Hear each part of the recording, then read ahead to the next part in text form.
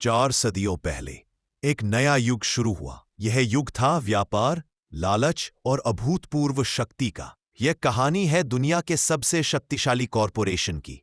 एक निजी कंपनी जिसने न सिर्फ व्यापार किया बल्कि अपनी निजी सेना रखी, अपनी मुद्रा छापी और एक पूरे उपमहाद्वीप पर शासन किया। यह कहानी है भारत की, मसालों, रेशम और अकूत धन की भूमि की। और यह कहानी है उस गुप्त हथियार की जिसके सहारे इंग्लैंड के मुट्ठी भर व्यापारी यहाँ के शासक बन बैठे। एक व्यापारी से साम्राज्य के निर्माता बनने तक का सफर, शोषण, क्रांति और अंतिम पतन की दास्तान।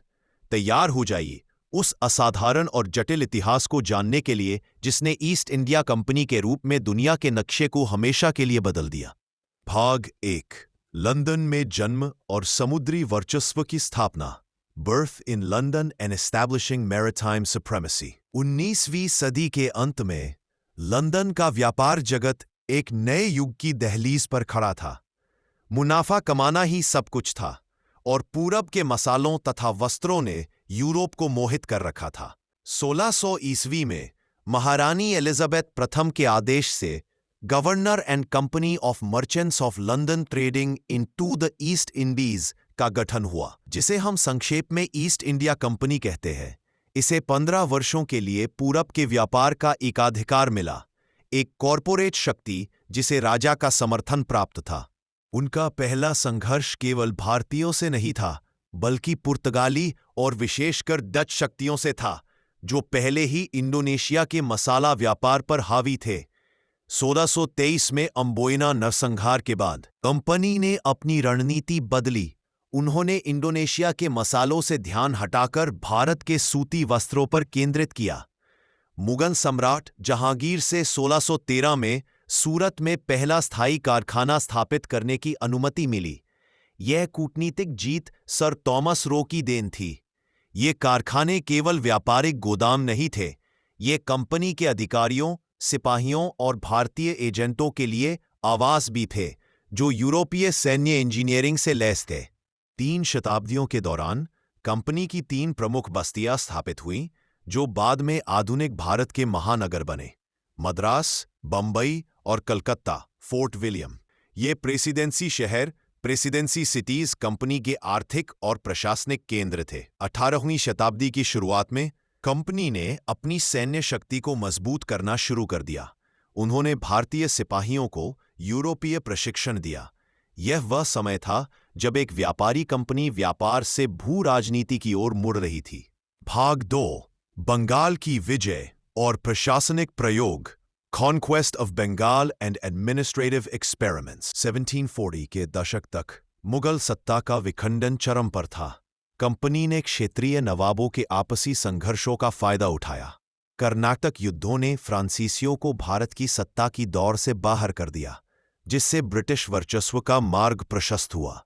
1757 प्वासी, रॉबर्ट क्लाइव द्वारा रची गई साजिश ने कंपनी को बंगाल के नवाब सिराजुद्दौला के खिलाफ जीत दिलाई। यह भारत में यूरोपीय शासन की वास्तविक नींव थी, लेकिन पूर्ण प्रभुत्व 1764 में बक्सर के युद्ध के बाद स्थापित हुआ। 1765 में हुई इलाहाबाद की संधि ने कंपनी को बंगाल, बिहार और उड़ीसा की दीवानी राजस्व अधिकार प्रदान कर दी। यह एक कानूनी आवरण था जिसके तहत भारत का आर्थिक शोषण व्यवस्थित हो गया। भिवानी मिलने के बाद कंपनी ने राजस्व संग्रह के लिए द्वैध शासन प्रणाली लागू की। 1765-1772 कंपनी के पास निजामत प्रशासन की जिम्मेदारी के बिना दीवानी का अधिकार था। यह एक भयानक प्रशासनिक विफलता थी, जिसके कारण 1770 का भयंकर बंगाल अकाल पड़ा। लाखों लोग मारे गए। कंपनी के अधिकारियों, जिन्हें नवाब्स कहा जाता था, ने तेजी से धन कमाया और भ्रष्टाचार चरम पर पहुंच गया।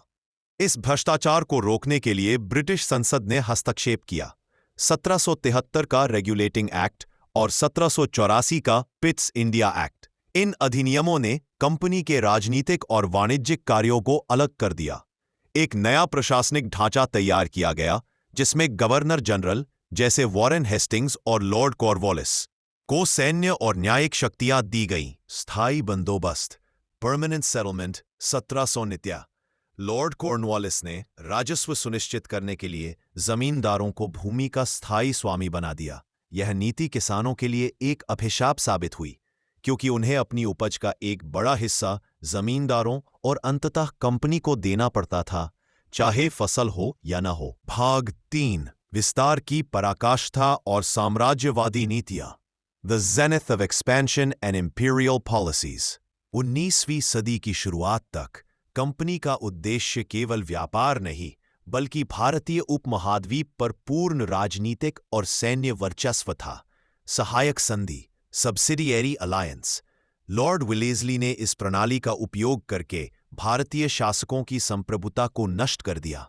शासक अपनी सेनाएं भंग करते थे और कंपनी की सेना को अपने खर्च पर रखते थे। इससे भारतीय राज्यों की स्वतंत्रता धीरे धीरे समाप्त हो गई। मराठा युद्धों, मराठा वॉर्स और सिखों के साथ युद्धों में जीत के बाद कंपनी का नियंत्रण लगभग पूरे भारत पर स्थापित हो गया, जिसमें पंजाब और पश्चिमी भारत के विशाल क्षेत्र शामिल थे।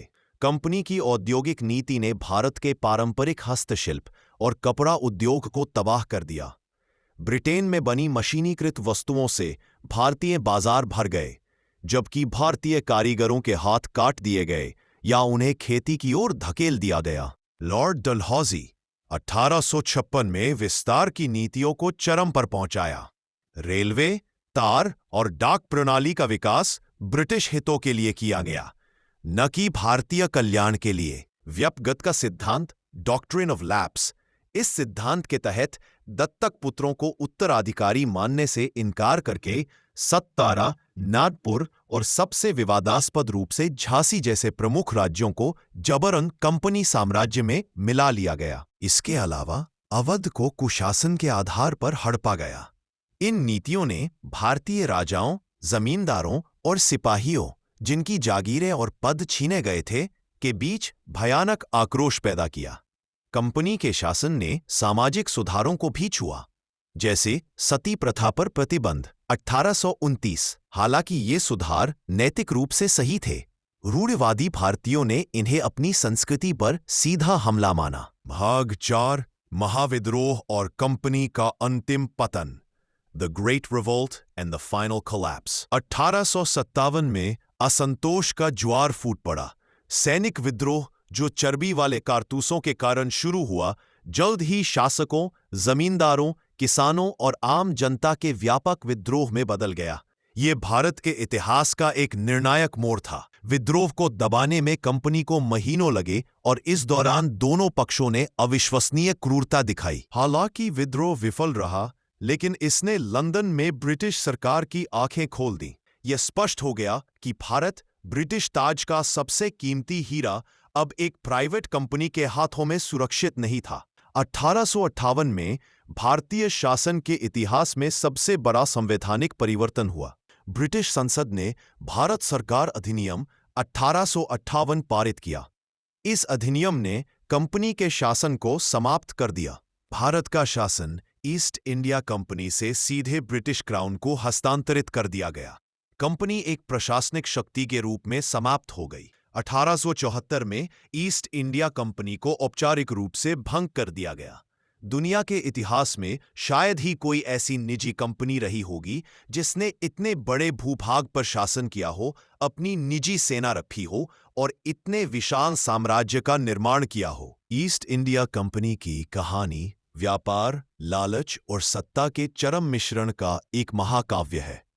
यह इतिहास का एक कड़वा अध्याय है जो हमें सिखाता है कि अनियंत्रित कॉरपोरेट शक्ति जब सैन्य बल के साथ मिलती है तो कैसे एक सभ्यता की नियति को बदल सकती है।